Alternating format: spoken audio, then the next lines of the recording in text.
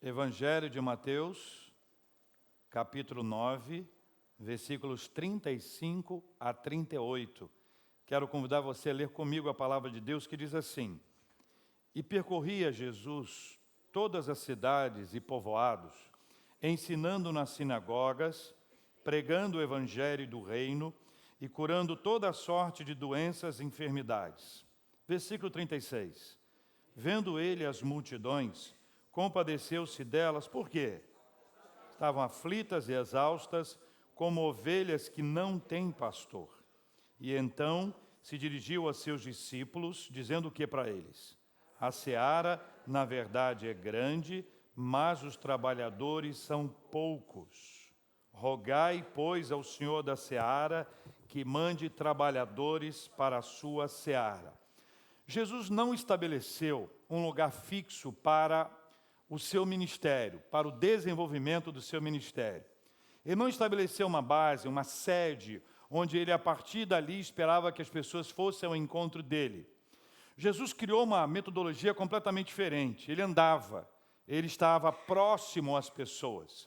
Jesus não apenas queria estar ali, diante das pessoas, ao alcance delas, mas ele queria muito... câmera, desci, hein?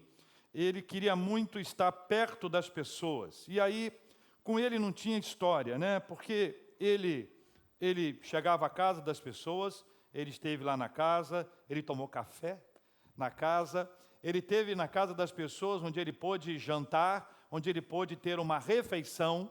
Ele esteve em casa de pessoas que estavam enfermas e foram curadas, gente que precisava de consolo e foi consolada, gente que estava cansada e foi reanimada. Jesus esteve na casa das pessoas, estando diante delas, permitindo o Senhor que elas pudessem tocar nele. Quando Jesus tocava uma pessoa impura, e esse termo de impureza era uma questão religiosa, quando as pessoas estavam impuras e tocavam a Cristo, teoricamente o impuro produziria impureza. Quando alguém impuro tocava a Cristo, era purificado, era abençoado. Jesus trazia o seu toque sobre as pessoas e não manteve um lugar fixo, porque ele precisava estar onde as pessoas estavam. E essa caminhada de Cristo para estabelecer com as pessoas esse vínculo, para olhar nos olhos delas, para sentir a sua angústia, para perceber a sua dor, para dialogar com as pessoas a ponto delas sentirem a sua ternura, o seu carinho, o seu amor, fez com que ele pudesse olhar para as pessoas e apenas com o seu olhar saber como é que as pessoas estavam. Sabe quando alguém olha para a gente e diz assim, como é que você está? E a gente diz assim, estou ótimo.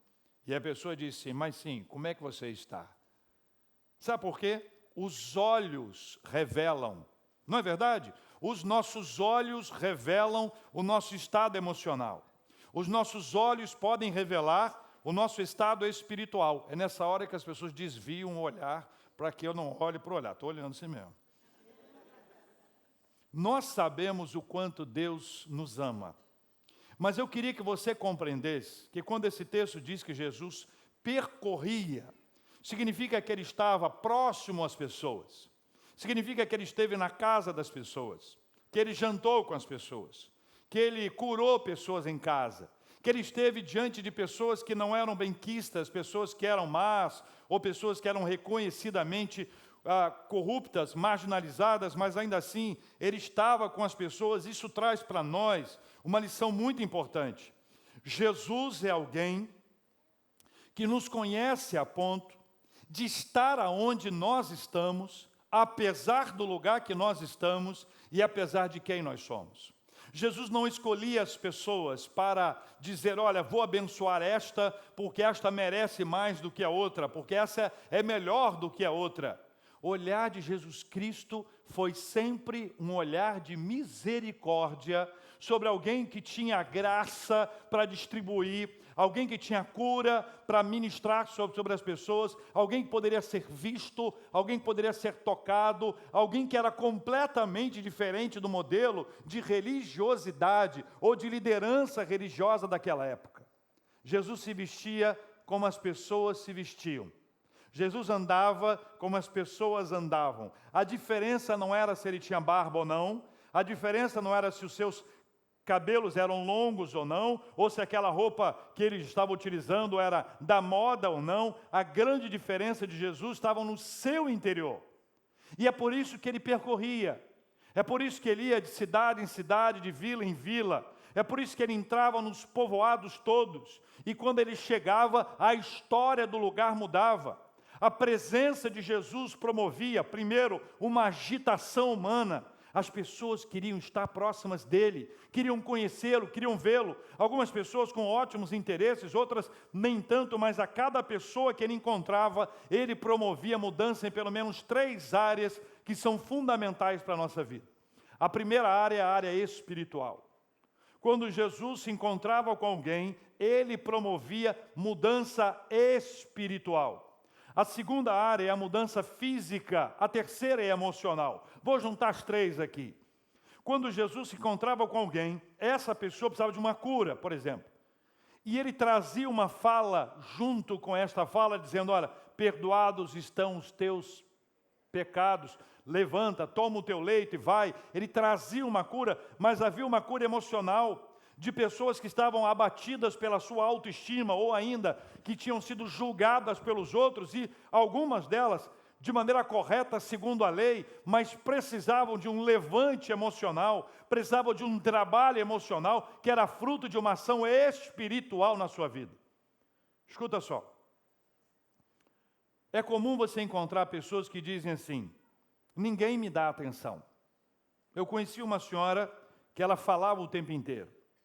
E como ela falava? Ela tinha um dom, eu não sei se é de línguas ou da palavra, mas da fala. Ela falava, ela falava, ela falava. E uma pessoa que fala muito, ela gera um afastamento.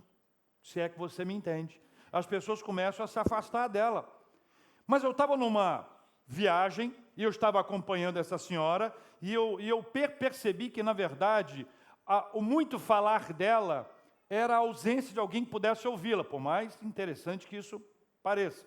Eu me aproximei dela e comecei a conversar com ela e perguntar para ela sobre a vida dela. E no papo, para poder sintetizar, eu percebi que ela falava, porque ninguém a ouvia. E quando eu parei para ouvi-la, parei do verbo parar, olhando nos olhos e disse, fala comigo, ela começou a compartilhar um pouco da sua vida, e aquela pressão toda que estava pela fala, começou a esvaziar. E ela passou, na verdade, a começar a ouvir as pessoas, e as pessoas começaram a dizer, poxa, ela mudou. E aquelas pessoas bem interessantes diziam, você fez um milagre.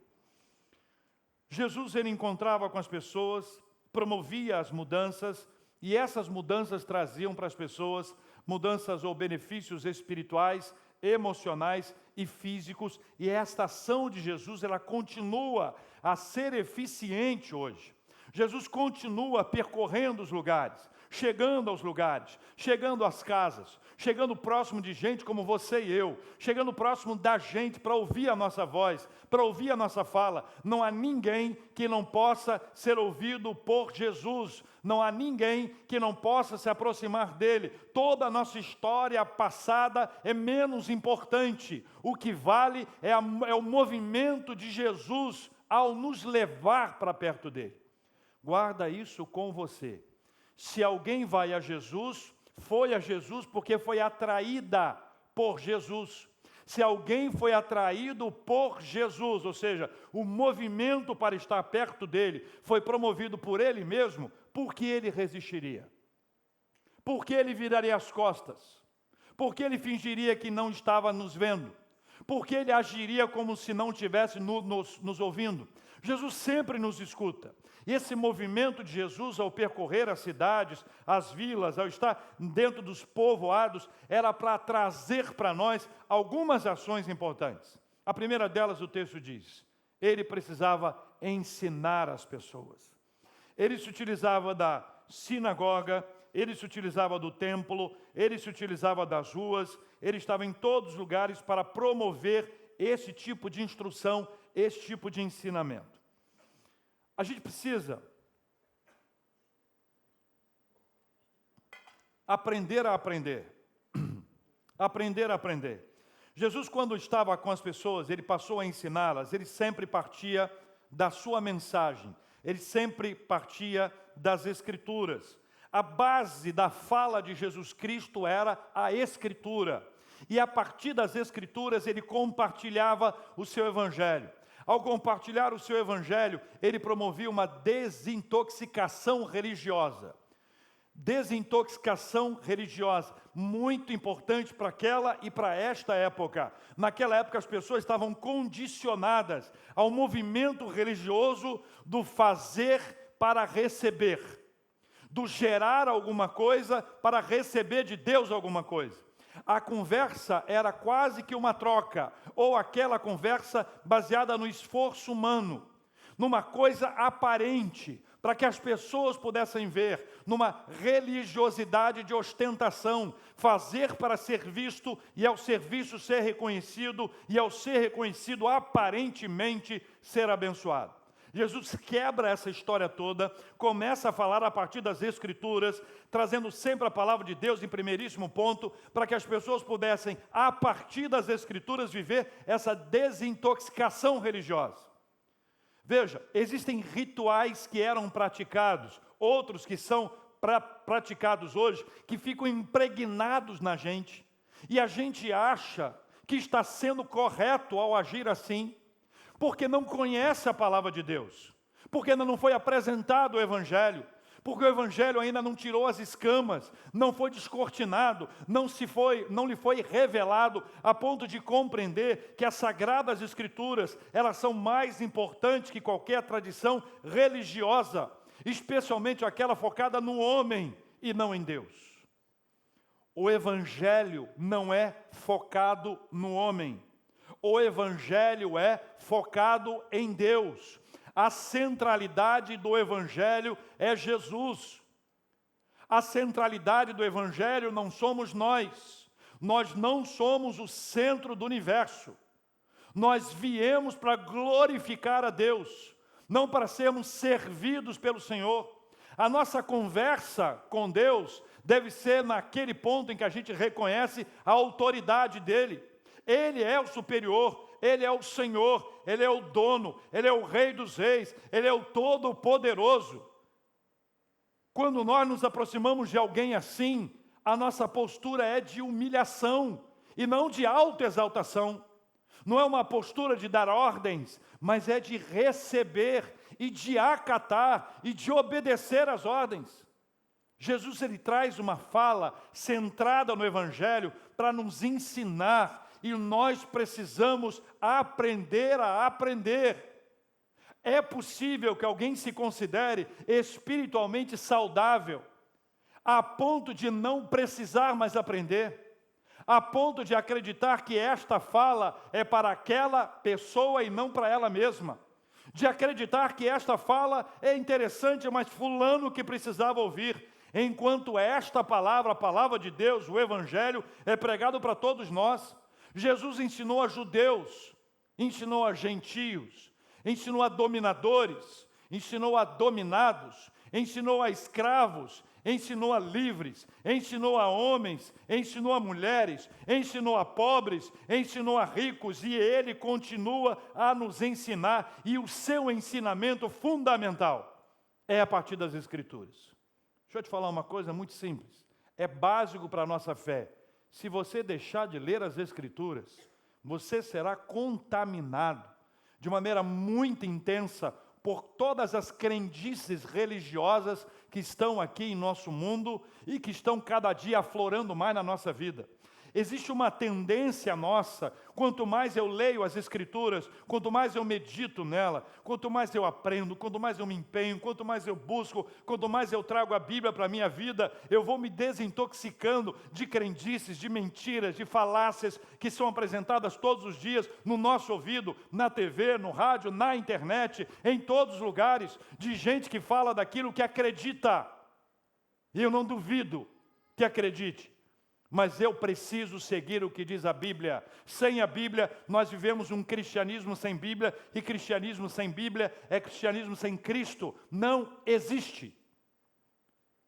A Bíblia continua a dizer que Jesus caminhava percorria, e ele ensinava, e ele pregava o evangelho do reino. E pregar aqui é proclamar. Pregar aqui é um anúncio de um evento. Pregar aqui é dizer, olha, o reino de Deus chegou. Pregar aqui é dizer, o reino de Deus chegou. E Jesus se apresenta com os 3 ofícios. Jesus é o único que tem nele, em si mesmo, os 3 ofícios principais. Jesus é sacerdote, Jesus é profeta e Jesus é rei. O reino de Deus é o reino que tem um profeta, que tem um sacerdote e que tem um rei. O reino de Deus é o reino de Jesus, é o reino do arrependimento, é o reino da mudança, é o reino da transformação, é um reino que vem trazer uma boa nova, e boa nova é boa notícia. A boa notícia do reino, a boa notícia da palavra do Senhor, é a boa notícia da chegada do Messias. O povo de Israel esperava há muitos anos a chegada do Messias. É curioso isso. O Messias chegou e alguns não viram. Jesus foi anunciado pelos profetas messiânicos que trouxeram a fala da sua vinda. Jesus foi anunciado, as pessoas sabiam da chegada dele, mas alguns que estavam diante dele não o reconheceram. Jesus pergunta para os seus discípulos, olha, quem diz as pessoas que eu sou? E eles disseram, Elias, Jeremias, um dos profetas, João. Mas eles não reconheceram que diante deles estava o Messias, o rei. Então ele vem para proclamar a chegada do reino. O evangelho é a boa nova do reino, a boa nova do rei. Chegou o rei chegou. Vamos celebrar a presença do rei. Entrai por suas portas com ações de graças, entrai pelos seus átrios com hinos de louvor. Celebrai a presença do rei. Curiosamente, meus irmãos e minhas irmãs, apesar de todos os feitos de Cristo, milagres por todos os lados, apesar da sua mensagem absolutamente revolucionária, algumas pessoas se mantiveram presas a uma religiosidade oficial, chapa branca, que mantinha todo o sistema ali e não se podia mexer naquilo. Jesus veio para trazer uma boa nova que mudava essa história, virava essa história toda, sabe por quê? Porque eles, em nome de Deus, proclamavam o que Deus não havia proclamado. Em nome de Deus, eles se afastaram de Deus. O anúncio daquele tempo de religiosidade era um anúncio que nascia em Deus, mas se voltou para o homem. E quando se volta para o homem, quando a nossa pregação é para agradar ao homem, quando a nossa palavra é para satisfazer o ego, nós vamos caminhar para longe do Evangelho. Escuta só. Eu gosto de ouvir palavra boa. Gostava de caixinha da promessa. Não tem mais. Tem? Ainda tem? É bom demais. Você pega uma palavra boa. Agora, quando alguém prega para mim uma palavra que me sacode, que me deixa incomodado, ou quando fala alguma coisa que eu discordo, eu fico bravo. E você? Só que existe uma ação espiritual, e eu queria que você pensasse nisso. O Espírito Santo é quem nos convence. Não é o pregador ou a pregadora, você está entendendo? Não sou eu, não é você que vamos nos convencer. Nós precisamos ser chacoalhados. E Jesus chegava, percorria cidade, entrava nos povos, ensinava, ele proclamava o reino para dizer, olha, o reino é de Deus, o nosso olhar deve estar para cima. Cuidado com o tempo em que você fica focado apenas neste nível. Olhe para cima, observe o reino de Deus sendo manifestado. Não se envolva com aquilo que vai te afastar do Senhor. Não espere ouvir coisas que vão satisfazer o seu ego, e busque o Evangelho, porque o Evangelho sacode a nossa vida. Quando você pega e lê os profetas, você vai ler os profetas e vai dizer assim, ei, pega mesmo, solta o braço, profeta, é cajadada para tu quanto é lado, desde que seja para o outro lado é uma maravilha. gosto muito do profeta Amós. E ao ler o profeta Amós, eu vejo como ele não era amado pelas pessoas. O profeta Amós foi levantado pelo Senhor, ele dizia, olha bem, ele dizia que os juízes vendiam o direito dos pobres em favor dos ricos. Se você fosse juiz, você gostaria de ouvir isso? Ele dizia que as mulheres da alta sociedade daquele tempo eram como vacas de Bazã. Bazã era uma região vulcânica, onde não se tinha nada de lá, de cá, mas aqui havia verde. E as vacas de Bazã iam para lá e elas somente se alimentavam, elas somente consumiam, elas não tinham preocupação nenhuma outra. E Amós associa as mulheres da alta sociedade às vacas de Bazã, dizendo que elas não se importavam com os pobres, que elas não se importavam com o que as pessoas sentiam, com seus medos e necessidades, que elas apenas se preocupavam em consumir, em consumir, em consumir. Eu pergunto, ouvir isso é bom? Vou esconder as minhas marcas todas agora. Jesus curava toda sorte de doenças e enfermidades. E talvez essa seja a parte mais conhecida do seu ministério. Existem alguns tratamentos, especialmente contra algum tipo de infecção, em que os médicos batalham um bom tempo até descobrir que bactéria é essa. Nós temos gente da igreja vivendo essa realidade recentemente. Uma bactéria pesada e difícil, sendo combatida, até descobrir o que é. A bactéria resiste. Jesus, quando resolvia curar alguém, nenhuma enfermidade lhe era resistente. Não havia enfermidade, qualquer uma, que pudesse resistir a Jesus. A sua palavra de cura promovia uma cura imediata desse indivíduo. Ou quando ele queria trazer alguma lição que está dentro do texto, acontecia em parte, como no caso daquele cego que passou a enxergar, dizendo que via as pessoas como árvores. Quem lê aquele texto no contexto inteiro sabe o que Jesus está ensinando para as pessoas que estavam ali a partir daquele episódio. Mas quando ele curava as pessoas, ele trazia para as pessoas uma cura que não era apenas física, mas era também uma cura espiritual. Não à toa existe aqui a relação da palavra doença e enfermidade. Essas duas palavras, elas se apresentam aqui no texto original, podendo até ter uma associação com pecado. A ideia é a seguinte, olha, é como se algumas doenças resultassem de pecado. Vou repetir. Como que algumas doenças resultem de pecado? Pergunto para os irmãos. Eu disse que toda doença resulta de pecado? Eu disse aqui que se a pessoa está doente é porque está em pecado? A pessoa diz assim, olha, ora aqui por mim que eu estou com a dor no joelho. Diz, é pecado. Na perna, opa, pecado. Está doendo o corpo inteiro, muito pecado. É isso? Não é isso? Mas o texto original nos dá essa ideia de que existiam algumas doenças que estavam atreladas ao pecado. E você pode ampliar essa ideia.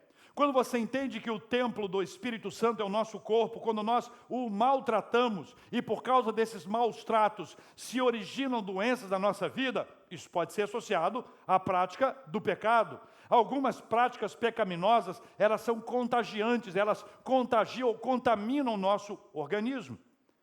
Mas Jesus traz uma palavra que eu queria terminar essa parte trazendo para os irmãos. A palavra cura no original grego é a mesma palavra que dá origem à palavra terapia, é terapeuo. A terapia. O trabalho de Cristo era um trabalho terapêutico. Algumas pessoas chamam a igreja de comunidade terapêutica. A comunidade onde as pessoas são tratadas. Alguns associam a igreja a um hospital, outros até ao hospício.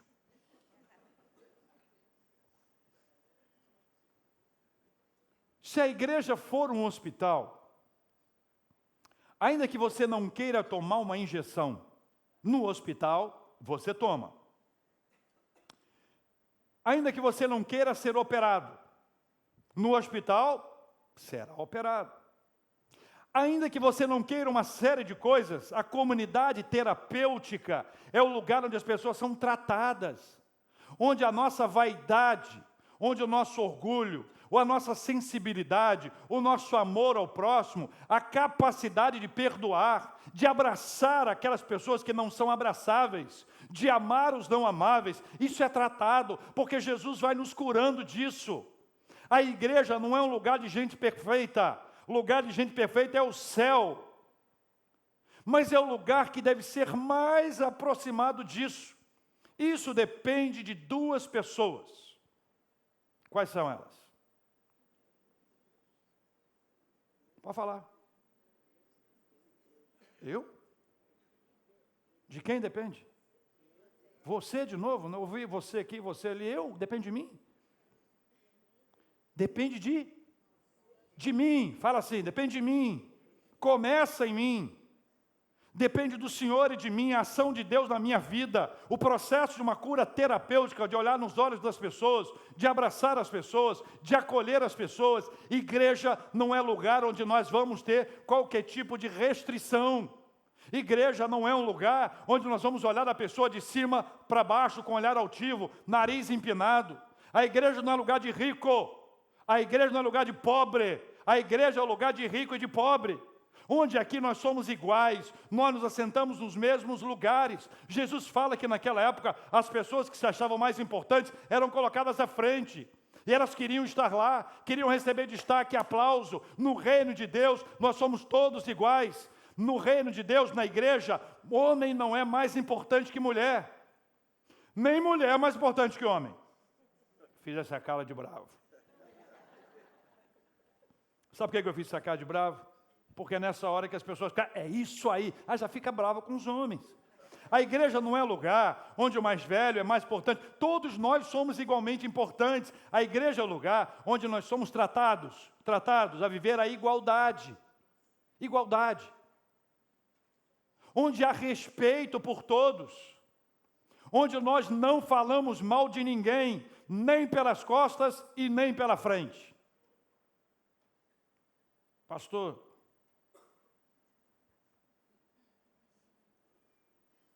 é aqui? A igreja é o lugar onde nós aprendemos a respeitar. A partir da fala de Jesus Cristo, ele traz essa ideia de terapia, essa terapia que só ele pode proporcionar na nossa vida. Versículo 36 diz que ele viu as multidões, veja o texto, leia comigo. Vendo ele as multidões, compadeceu-se delas, por quê?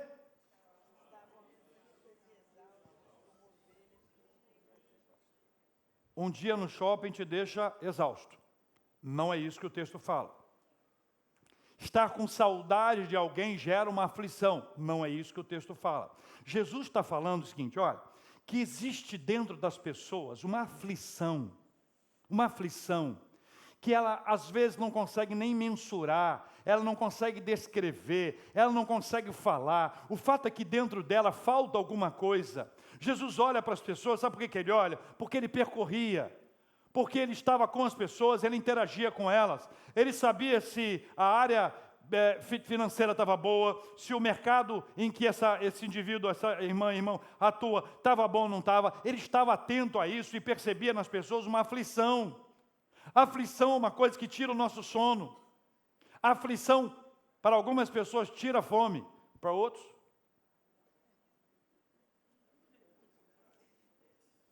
A aflição é algo tão angustiante, ele nos inquieta tanto, que a gente não consegue perceber as cores da vida quando está aflito. A aflição tira da gente o prazer, a aflição arranca de nós o sorriso. A aflição é uma coisa horrorosa, e Jesus diz, olha, as pessoas estão aflitas, as pessoas estão exaustas. E ele faz uma expressão curiosa, parece sem sentido, quando Jesus diz assim, porque estavam aflitas e exaustas como ovelhas que não têm pastor. E a palavra exaustas aqui é uma palavra que significa desgarrada. A pessoa está fora do aprisco, está longe do pastoreio. Jesus é o bom pastor, Jesus é quem nos pastoreia, Jesus é quem pode ouvir as nossas preces, Jesus é quem está sentindo as nossas dores, Ele nos chama para estar perto dEle, e quando você e eu, nós deixamos isso, e nós passamos a viver esse afastamento, esse desgarramento do pastoreio, meus irmãos e minhas irmãs, longe de Jesus Cristo, nós nos sentimos aprisionados, perto dEle há liberdade e vida plena. Longe dele há uma aparente liberdade, mas perto dele, quando nós conhecemos a verdade, nós somos libertos. Não há nada melhor na vida que ser acolhido por Jesus Cristo. Não há nada mais especial na nossa história que sermos acolhidos por Ele. E Jesus olha com olhar de compaixão, com olhar de misericórdia, com olhar de graça, olha nos olhos das pessoas, acolhe e acode as pessoas, a ponto de fazê-las compreenderem que não há nada melhor do que estar na presença dEle. Mas havia um problema grave. Haviam poucos trabalhadores, veja o que diz o versículo 37. Então se dirigiu aos seus discípulos, o que ele disse aí? Leia comigo. A seara, na verdade, é...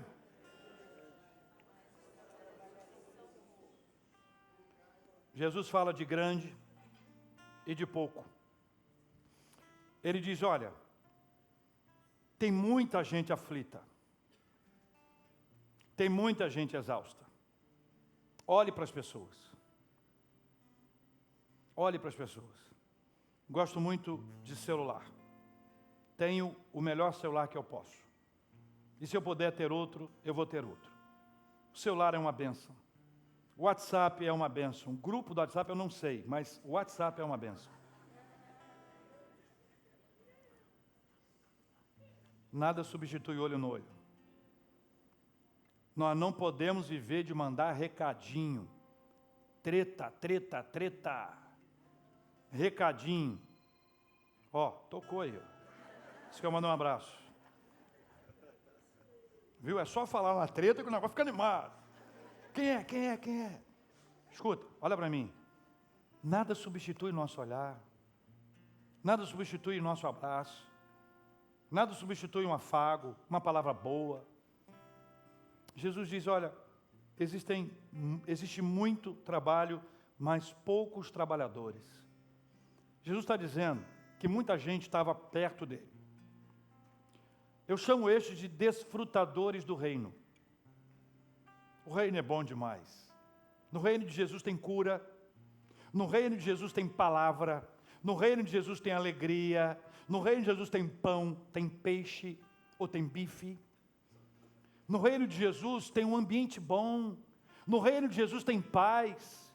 Mas sabe, a impressão que eu tenho é que muita gente não entendeu o reino de Deus. Acha que o reino de Deus é para ela. Então eu recebi, botei aqui, tá bom demais, sabe? Tá bom demais. Sabe aquele amigo oculto que você tira você mesmo? Já te aconteceu isso? Já me aconteceu 2 vezes. Eu não contei para ninguém. Comprei um presente bom e me dei. Ficaram bravos comigo. E na hora que falou, a pessoa que eu tirei é uma pessoa muito boa. A pessoa que eu tirei é uma pessoa isso. Aí terminei de dizer, é muito humilde. E sou eu mesmo. Quase me mataram. 2 vezes. Mas é como se você tivesse tirado o amigo oculto de você mesmo. E você não se preocupasse mais com nada. Sabe? O prédio está pegando fogo. Você pega as suas coisas, põe debaixo do braço e vai embora. Do lado de dentro, alguém gritando, socorro, socorro, me ajuda, me acode, me ajuda. Que se exploda. Farinha pouca? Meu pirão primeiro. Esse olhar para dentro não é o que Jesus ensinou. Jesus ensinou a gente a abrir a janela, olhar para fora, ver as pessoas, e você lembrar, eu era aflito, hoje eu não sou mais. Eu era exausto, hoje eu não sou mais. Eu era triste, hoje eu não sou mais. Eu era aprisionado, hoje eu estou livre. Algo novo aconteceu comigo, pode acontecer com você, e eu quero que aconteça com você. Mas Jesus disse, gente, olha só, temos um problema logístico muito grave aqui. Os trabalhadores são poucos, mas a seara é grande.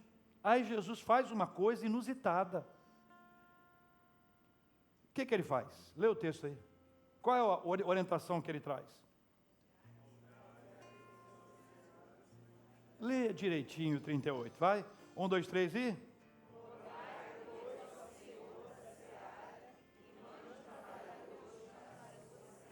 E aí ele ensina para a gente 3 lições importantes. Pelo menos 3. A primeira delas, fale com Deus sobre questões espirituais. Fale com Deus sobre a obra missionária. Fale com Deus para que Ele abençoe seus vizinhos, para que Ele use a sua vida para que o Evangelho possa alcançar outras pessoas. O Evangelho não é egoísta. O Evangelho não é centrado em si mesmo. O Evangelho é centrado em Cristo. Ele é o centro da nossa história. Fale com Deus, invista tempo em oração. Quando a chapa esquenta, a gente ora. De manhã, de tarde, de noite, de madrugada, então nem se fala. Não é verdade? A gente não fica mais crente? Só aqui entre nós dois. Hein? A gente vira pessoa de oração, jejum. Ah, Jesus, estou jejuando, hein? Lembra disso. Como se Jesus precisasse ser lembrado de alguma coisa. Você está entendendo o que eu estou falando?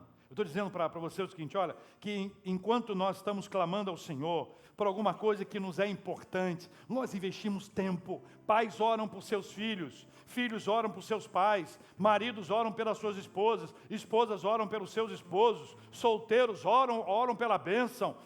Nós todos oramos e clamamos ao Senhor por coisas que nos interessam, mas Jesus está nos ensinando a orar pelo seu reino. Rogai, pois, ao Senhor da seara que mande trabalhadores para a sua obra, para a sua seara. Jesus quer despertar você e a mim, para que nós oremos, para que levante pessoas, para que pessoas sejam levantadas para a obra missionária, para que pessoas sejam levantadas para serem pastores, para que pessoas sejam levantadas e comprometidas com a pregação do Evangelho dele. Jesus quer nos chacoalhar.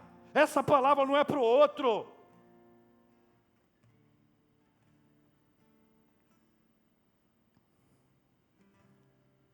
O que tinha na casa do Roberto Carlos?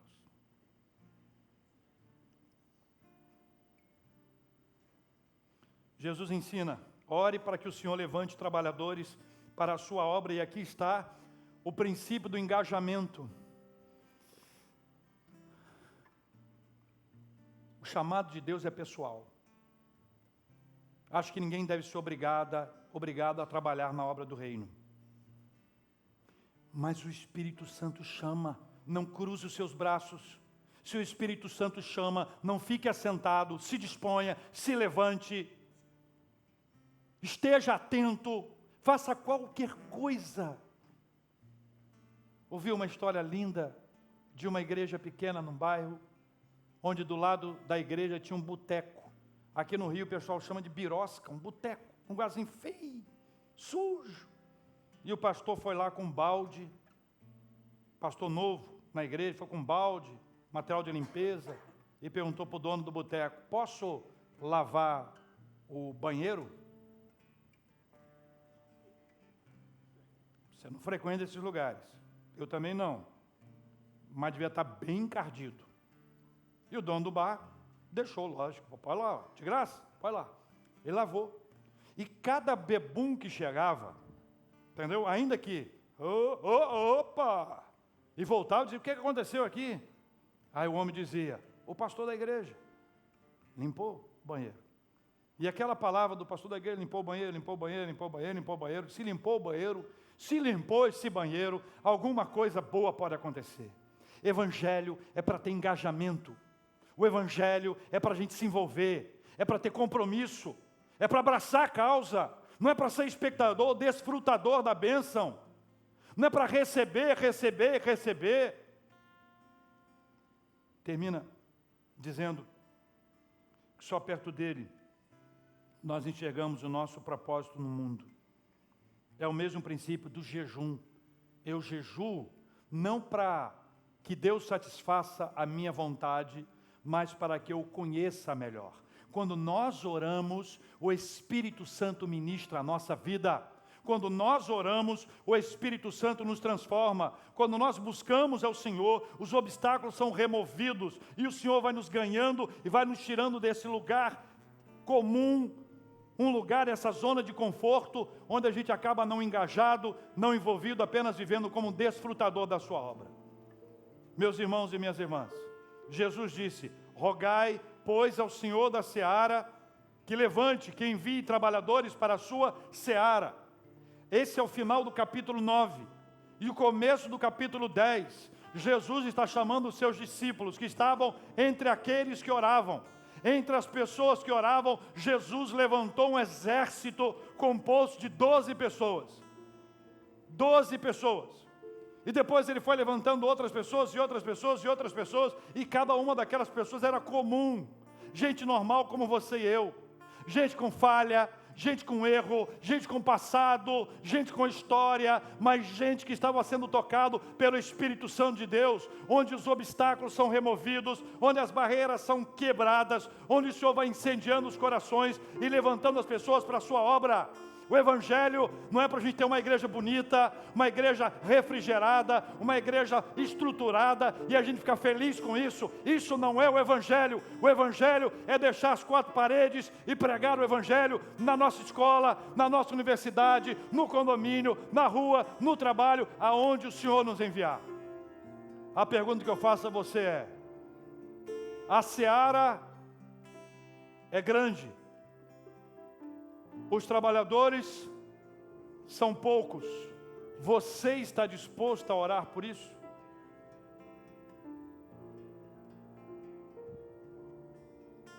Quero dar um aviso. Alguns que oraram por isso foram chamados pelo Senhor. Se você tem medo de ser chamado, não ore.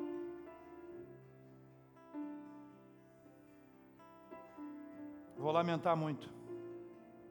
E vou dizer que você está perdendo. Sabe por quê? Quando aos 14 anos eu fui chamado por Jesus, quando eu ouvi a voz de Jesus Cristo, eu pude ouvir a voz de Jesus Cristo nitidamente falando comigo. E pude me envolver na obra do Senhor desde os 14 anos. Quando eu comecei aos 14 anos convertido, liderando um grupo de adolescentes, usando mimeógrafo, a gente escrevia, datilografava, depois passava no mimeógrafo, cheirava o álcool, entregava para as pessoas. A gente pegava folhetos, entregava nas ruas, ia de casa em casa, e a cada pessoa que eu via recebendo o Evangelho de Jesus Cristo, ou a sua palavra, ou ainda recusando-me e ridicularizando, eu sabia que aquela obra não era minha, mas era do Senhor. A obra é de Deus, o Senhor está nos chamando. Rogue ao Senhor da seara que envie trabalhadores para a sua seara. Há muito trabalho a ser feito. A obra de Deus não é para poucos. A obra de Deus era para todos os chamados dele. Se não é chamado, não se envolva. Mas preste atenção, chegou o tempo, menos desfrutadores e mais pessoas engajadas. Menos recebedores, dai cá, dai cá, dai cá. Menos isso, imagine dizendo: eis-me aqui, Senhor. Eis-me aqui, Senhor. Gaste seu joelho em oração, clame ao Senhor, se envolva, se ofereça para a obra de Deus.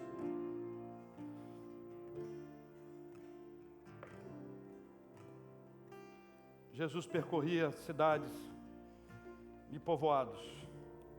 Nós percorremos a Barra, Recreio, Jacarepaguá, Vargem Grande, Vargem Pequena, Camorim, Itanhangá.